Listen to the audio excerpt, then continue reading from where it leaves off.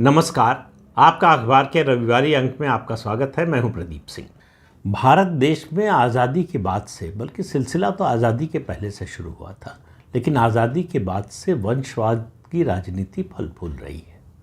विशेषज्ञ जो dynastic politics के बारे में अध्ययन करते हैं, रिसर्च करते हैं, लिखते पढ़ते हैं, उनका कहना है कि जो है पहला जो वंश परंपरा की शुरुआत करता है वो अपनी मेहनत से, परिश्रम से, अपनी योग्यता से, उसके आधार पर एक अपना तंत्र खड़ा करता है, अपना जनाधार खड़ा करता है। राजनीति की बात कर रहे हैं तो जनाधार की बात कर रहे हैं। दूसरी पीढ़ी जो आती है वो उस रिफ्लेक्टेड ग्लोरी में जीती है जो पहली पीढ़ी ने अर्जित किया है। इस पीढ़ी ने, दूसरी पीढ़ी ने कुछ अर्जित नहीं किया है, लेकिन उस संघर्ष को देखा है जो पहली पीढ़ी ने किया।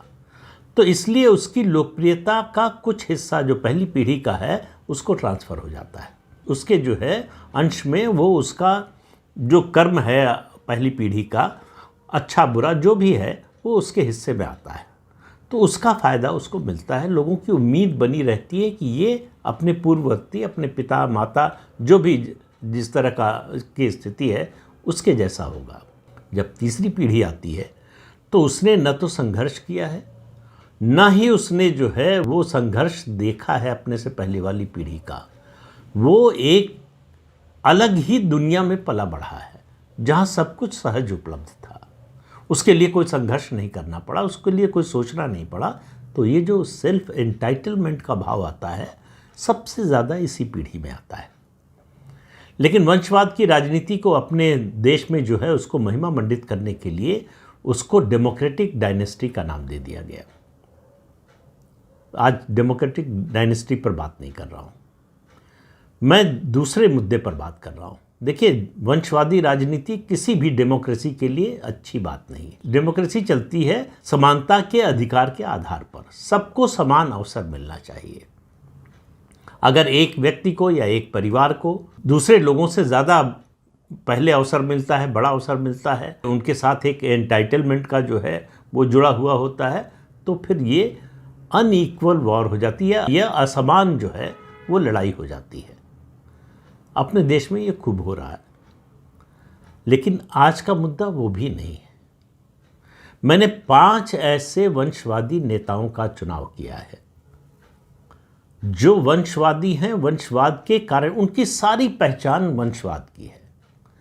उनके पिता या दादा या उससे पहले की पीढ़ी जो भी है, उनकी सारी राजनीतिक पहचान, सार्वजनिक पहचान और जो भी उनका जनाधार है, चाहे वो उनकी राजनीतिक शक्ति हो या आर्थिक शक्ति हो, सब कुछ उनके पहले की पीढ़ी या उससे पहले की पीढ़ी का अर्जित किया हुआ है।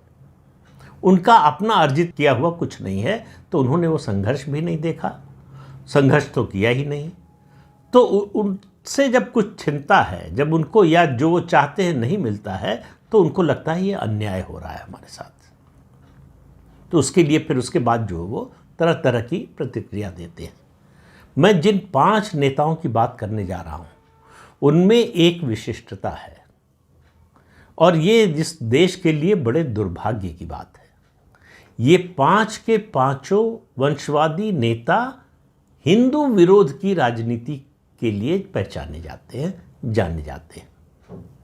और जाहिर है कि जब आप बात करेंगे वंशवाद की राजनीति की तो सबसे पहले नेहरू गांधी परिवार का ही नाम आएगा।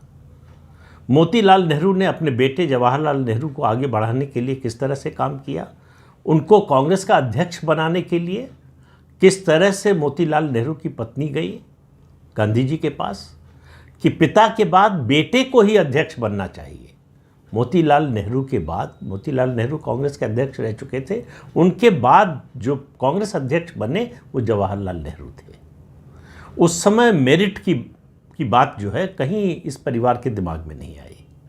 जवाहरलाल नेहरू ने ये नहीं कहा जो मेरिटोरियस है उसको मिलना चाहिए। ये एक तरह का आरक्षण ही था, जिस आरक्षण का विरोध नेहरू, फिर इंदिरा गांधी, फिर राजीव गांधी और अब राहुल गांधी प्रकारांतर से करते हैं, सीधे नहीं। आरक्षण की बात करते हुए आरक्षण का विरोध करते हैं। वो वंशवादी आरक्षण के तहत ही आगे बढ़े हैं, यहाँ तक आए हैं ये लोग। तो पहला नेता जाहिर है कि राहुल गांधी है। अब ये कोई इत्तेफाक की बात नहीं कि राहुल गांधी हिंदू विरोधी है। अब आप कह सकते हैं कि ये एक राजनीतिक रणनीति है। उनको लगता है कि हिंदू विरोध करने से हिंदुओं का पूरा समूह, पूरी जो आबादी है वो हमारे खिलाफ नहीं होगी, और उनके पास अतीत का, इतिहास का इसका प्रमाण मौजूद है। मुस्लिम शासकों, मुगलों और उसके बाद ब्रिटिश शासन तक कभी भी हिंदू इकट्ठा नहीं हुए, एकत्र नहीं हुए। तो जब एकत्र नहीं हुए, एक नहीं हुए, बटे हुए थे। और ये बटने की बात मैं इससे पहले भी 2-3 बार कह चुका हूँ। रविन्द्रनाथ ठाकुर ने और स्वामी दयानंद सरस्वती ने बड़े विस्तार से कही है कि हम हारे इसलिए, हम गुलाम इसलिए हुए कि हम बटे हुए थे, हम एक नहीं थे। आज वही बात उत्तर प्रदेश के मुख्यमंत्री योगी आदित्यनाथ कह रहे हैं कि बटोगे तो कटोगे। आज भी कोई सुन नहीं रहा है बात को। अखबार में खबर बन गई, टीवी चैनल्स पर चर्चा हो गई, वहीं ख़त्म हो गई। अगर आप कोई सर्वे करना चाहें अपने निजी स्तर पर करें, कि किसी सर्वे एजेंसी की ज़रूरत नहीं है।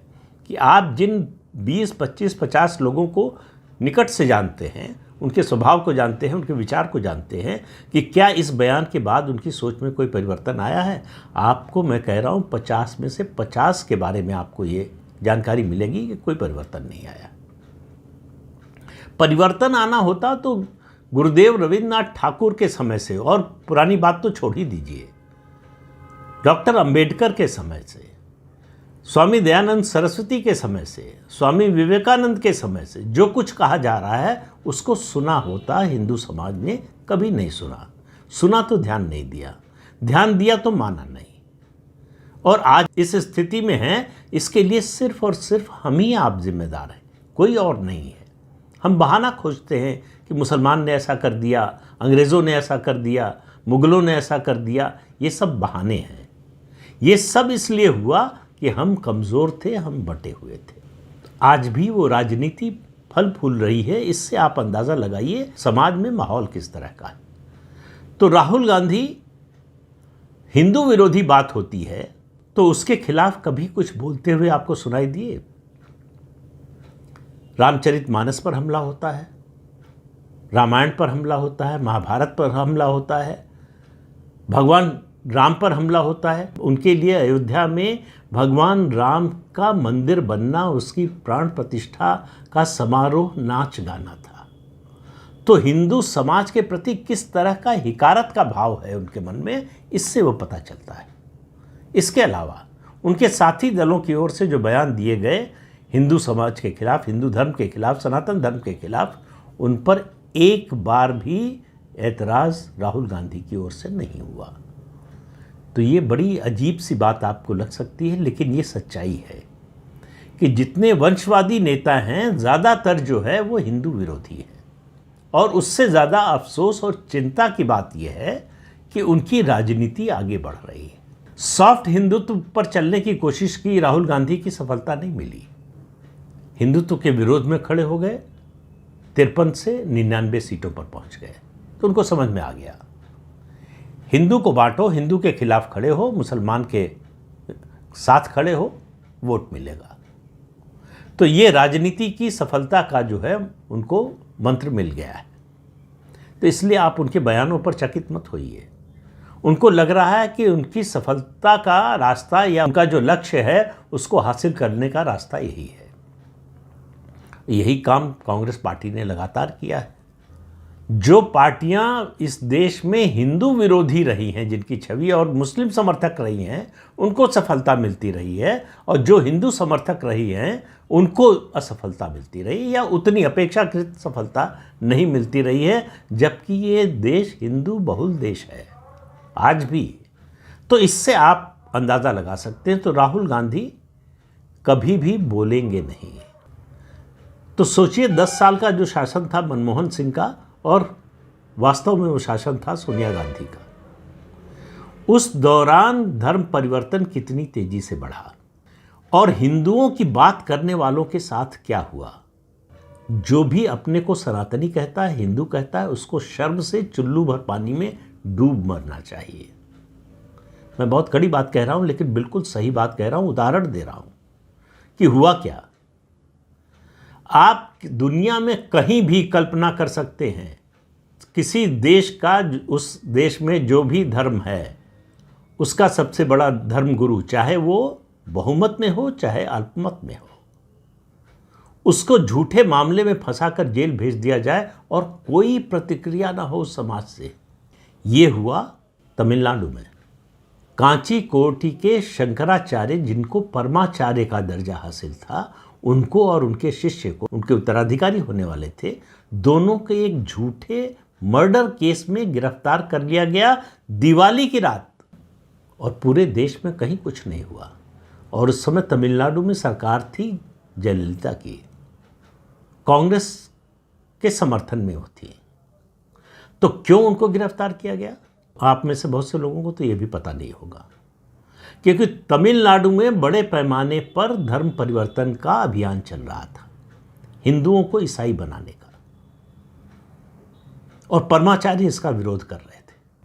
उनका पूरा मठ जो है इसके विरोध में अभियान चला रहा था। तो उनको रोकने का एक ही तरीका था, हिंदू धर्म के परमाचार्य कांची कोटि के शंकराचार्य झूठे आरोप में गिरफ्तार कर लिए जाएं। आज सुप्रीम कोर्ट कह रहा है कि आरोप हो या दोषी भी हो जाए, उसका मकान नहीं गिरा सकते, लेकिन आप आरोप लगाकर, झूठा आरोप लगाकर इस देश में हिंदू धर्म के शंकराचार्य को गिरफ्तार कर सकते हैं। कोई स्वतः संज्ञान नहीं लिया हाई कोर्ट ने किसी या सुप्रीम कोर्ट ने। और उससे बड़ी बात कि उसके बाद, इस घटना के बाद, तमिलनाडु में जयललिता की पार्टी की फिर से जीत हुई। और उससे भी बड़ी बात कि अपने को हिंदू धर्म का ध्वजावाहक मानने वाली भारतीय जनता पार्टी ने उन्हीं जयललिता से जो है गठबंधन किया, समझौता किया। तो आप इससे अंदाजा लगाइए कि किस तरह की मानसिकता या किस तरह की परिस्थितियों में हम जी रहे हैं। जब यहाँ मुस्लिम आए, आक्रांता, मुगल आए, अंग्रेज आए, तब जो परिस्थिति थी, जो मानसिकता थी, उससे खराब मानसिकता है आज, उससे खराब परिस्थिति है आज की। वो भी बता रहा हूं क्यों। तो ये तो हुआ गांधी परिवार का मामला। लेकिन इन सब के बारे में बाकी लोगों की चर्चा करूं उससे पहले एक बात बता दूं आपको कि इन सब के बारे में जब मैं बता रहा हूं और आप जब सोच रहे हों ऐसे लोगों के बारे में, तो एक बात ज़रूर याद रखिएगा और हमेशा याद रखिएगा। और मैं बार बार इस बात को इसलिए कहता हूं, कई बातों को इसलिए कहता हूं कि हम सनातनी हैं, हम श्रुति से स्मृति के रास्ते पर चलने वाले हैं, कि जो बार बार सुनेंगे वही हमारी स्मृति बनेगी। तो हमारे कई शास्त्र इसी पर आधारित हैं।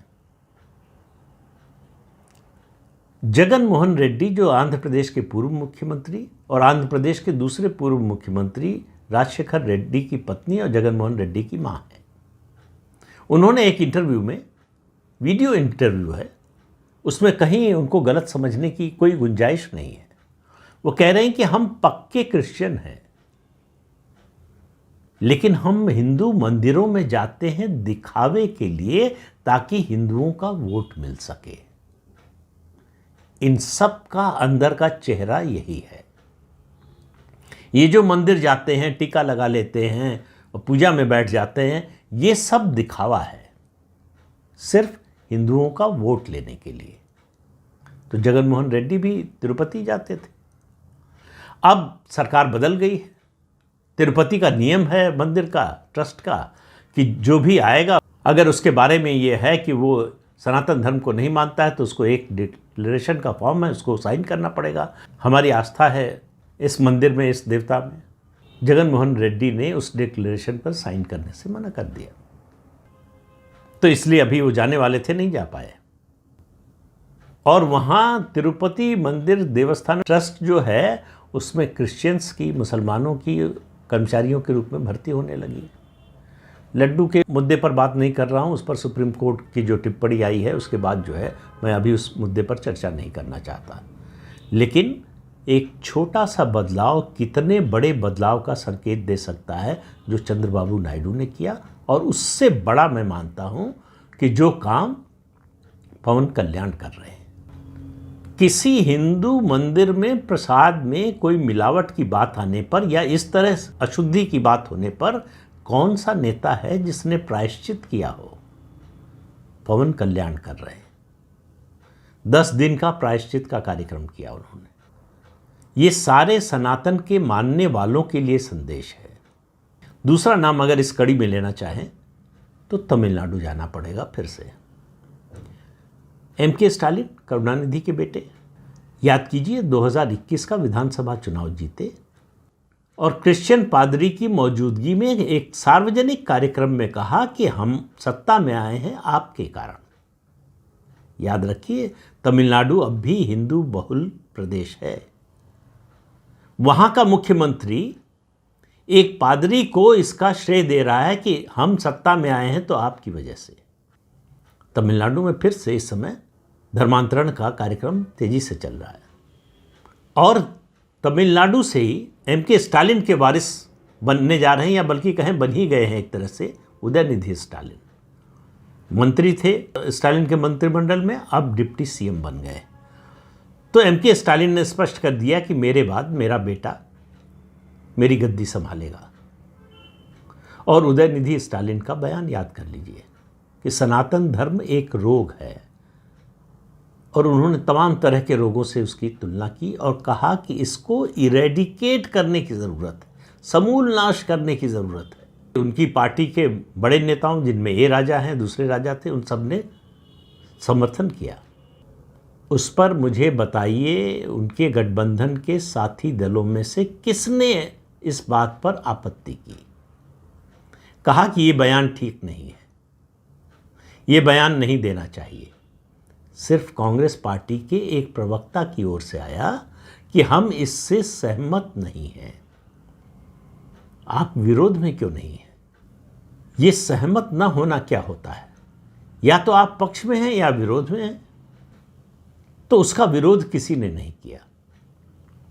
अब वो उदयनिधि स्टालिन अगर 2026 के विधानसभा चुनाव में डीएमके और उसका गठबंधन चुनाव जीतता है तो मुख्यमंत्री होंगे। तो वो क्या करेंगे हिंदू धर्म के बारे में, हिंदू धर्म के साथ या हिंदू धर्म के मानने वालों के साथ, इसकी आप सिर्फ कल्पना कर सकते हैं। जो सरकार में मंत्री रहते हुए सार्वजनिक रूप से ऐसा बयान दे सकता है, लोकसभा चुनाव से पहले दे सकता है, और उसका गठबंधन पूरे प्रदेश में अपने विरोधियों का सफाया कर देता है। और गठबंधन में कांग्रेस पार्टी भी शामिल है।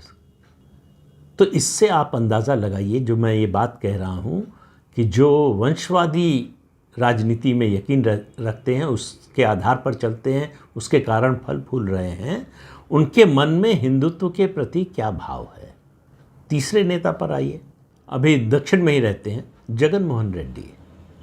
5 साल आंध्र प्रदेश के मुख्यमंत्री रहे और आंध्र प्रदेश के लोग बताते हैं कि उनके कार्यकाल में सारे जिलों के जिलाधिकारियों को निर्देश था कि ज़्यादा से ज़्यादा संख्या में धर्म परिवर्तन कराएं, क्रिश्चियन बनाए लोग। जगन मोहन रेड्डी खुद क्रिप्टो क्रिश्चियन है, नाम हिंदू रखा हुआ है, लेकिन वो ईसाई धर्म स्वीकार कर चुके हैं, ये उनकी माँ स्वीकार कर चुकी हैं। और ये खेल चलता रहा 5 साल तक, जब तक वो मुख्यमंत्री थे। इसके खिलाफ आंध्र प्रदेश में आवाज़ उठाई चंद्रबाबू नायडू ने और अब वो मुख्यमंत्री हैं। उन्होंने जो फैसला किया कि सारे हिंदू मंदिरों में पुजारियों को और जो कर्मचारी हैं उनको इतना वेतन मिलेगा, और वहाँ कोई गैर हिंदू जो है, वहाँ कोई दूसरे किसी मजहब का व्यक्ति न तो प्रबंधन में होगा न कर्मचारी होगा। ये कब हो रहा है? आज़ादी के 77 साल बाद। और कहीं से आपने आवाज़ उठते हुए सुना है? कहीं से कोई आवाज़ नहीं उठी। जगन मोहन रेड्डी हो सकता है आज से 5 साल बाद फिर मुख्यमंत्री बन जाए, फिर से वही कार्यक्रम चलाएंगे, फिर से हिंदुओं को धोखा देने के लिए मंदिर जाएंगे, हिंदुओं का वोट लेने के लिए, और हिंदुओं के विरोध में हिंदुओं को नष्ट करने का काम करेंगे, अभियान चलाएंगे, और हम खुशी खुशी हम हिंदू उनको वोट देंगे। तो कभी जो अपनी अवस्था है, दुर्दशा है, उसके लिए किसी और को दोषी मत मानिए। सबसे बड़े दोषी हम आप हैं और किसी का दोष नहीं है। स्वामी दयानंद सरस्वती ने कहा था कि जो ये अनुरोध करते हैं कि देखिए कोई धर्म जो है वो जेनोसाइड पर खड़ा नहीं रह सकता, जीवित नहीं रह सकता, हमको भी जीने का अधिकार है, हमको जीने दीजिए। बोले कि ये कमज़ोर व्यक्ति का क्रंदन है, ये कमज़ोर व्यक्ति का रोना है, वही हम आप कर रहे हैं। उत्तर में आ जाते हैं। तेजस्वी यादव लालू प्रसाद यादव के बेटे हैं। उनकी पार्टी के, जब वो उप मुख्यमंत्री थे, उन्हीं की पार्टी के नेता और उनकी सरकार में मंत्री रामचरितमानस के बारे में क्या क्या बोला, हिंदू धर्म के बारे में क्या क्या बोला। तेजस्वी यादव की ओर से उसके विरोध में कोई बयान आपको सुनाई दिया? अगर उन्हीं में से कोई इस्लाम के खिलाफ या ईसाई धर्म के खिलाफ कुछ बोलता, इससे 10वां 100वां हिस्सा भी, तब भी क्या तेजस्वी यादव चुप रहते? बिल्कुल नहीं। तो उनको मालूम है कि उनकी जो राजनीति है वो निर्भर है मुस्लिम वोटों पर। एक मुश्त मुस्लिम वोट जब तक मिलता रहेगा तब तक राजनीति में वो और उनकी पार्टी रेलेवेंट बने रहेंगे, प्रासंगिक बने रहेंगे और सत्ता में आने की संभावना बनी रहेगी। हिंदू तो जाति में बटा है, हिंदू की बात आते ही फिर वो यादव हो जाता है। तो उनके लिए हिंदू का मतलब यादव, तो हिंदू को बांट दो, तो हिंदू बटेगा और मुसलमान एक रहेगा और हिंदू विरोधी राज करेंगे। ये है फॉर्मूला अपने देश का, अपने देश की राजनीति का। और आखिरी नेता उत्तर प्रदेश के पूर्व मुख्यमंत्री और समाजवादी पार्टी के राष्ट्रीय अध्यक्ष अखिलेश यादव। उनकी पार्टी के एक महामंत्री थे। रामचरितमानस पर उन्होंने क्या क्या टिप्पणी नहीं की, लेकिन अखिलेश यादव चुप्पी साधे रहे। और मुझे लगता है कि उनको फीडबैक मिला तो ये अच्छी बात है कि उन्होंने रिएक्ट किया, सीधे सार्वजनिक रूप से नहीं, चुपचाप उस महामंत्री को किनारे लगा दिया। लेकिन उनकी भी राजनीति निर्भर है मुस्लिम वोट पर। वो सत्ता में आ ही नहीं सकते अगर मुसलमानों का समर्थन न मिले। और तेजस्वी की तरह उनके लिए भी हिंदू का मतलब यादव है। अयोध्या में, कन्नौज में किसी दलित लड़की के साथ अत्याचार हो, बलात्कार हो, हत्या हो, वो चिंता का विषय नहीं है। लेकिन अगर उसमें आरोपी मुसलमान या यादव हो तो वो उनके लिए चिंता की बात है। तो ये जो वंशवाद की राजनीति है, ये केवल जनतंत्र को कमज़ोर नहीं कर रही है, लेवल प्लेइंग फील्ड को ख़त्म नहीं कर रही है, समान अवसर के सिद्धांत को नकार नहीं रही है। ये उससे बड़ा खतरा है सनातन धर्म के लिए, इस देश की संस्कृति के लिए, क्योंकि इस देश की संस्कृति पर खतरा है। ये जो रामचरितमानस, रामायण, महाभारत, देवी देवताओं पर जो अटैक हो रहे हैं, जो आक्रमण हो रहे हैं, उनके खिलाफ जो बोला जा रहा है, वो सब सीधे सीधे सनातन धर्म को कमज़ोर करने की कोशिश और दूसरा जातियों में बांटने की कोशिश है। आपने कभी ये बयान सुना अखिलेश यादव से कि मुझे उत्तर प्रदेश के 24 करोड़ लोगों का वोट चाहिए, उनको पीडीए का वोट चाहिए? तो हिंदू उनके लिए पिछड़ा और दलित है। जाति में बटा है तो ठीक है, अगर वो जाति को भूलकर अपने धर्म को याद करे तो वो सांप्रदायिक है। तो इस खतरे को समझिए, इस समस्या का हल खोजिए, वरना ठीक है बटे रहिए। बटे रहने का क्या हश्र होगा ये योगी जी बता चुके हैं और हमारे बहुत से महापुरुष बहुत समय से कह रहे हैं। तो हम कंबल ओढ़ कर सो रहे हैं, सोते रहिए, फिर वही होगा।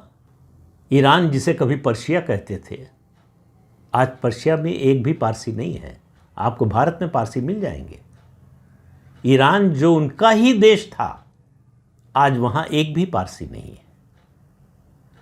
तो इतिहास को याद रखिए, इतिहास से सबक लीजिए और इतिहास से सबक लेकर वर्तमान का फैसला कीजिए। तो इस अंक में इतना ही। अगले अंक में फिर मिलेंगे किसी नए मुद्दे के साथ। तब तक के लिए अनुमति दीजिए। आपसे अनुरोध है, ये चैनल देखिए, शेयर कीजिए, लाइक कीजिए और सब्सक्राइब जरूर कीजिए। नमस्कार।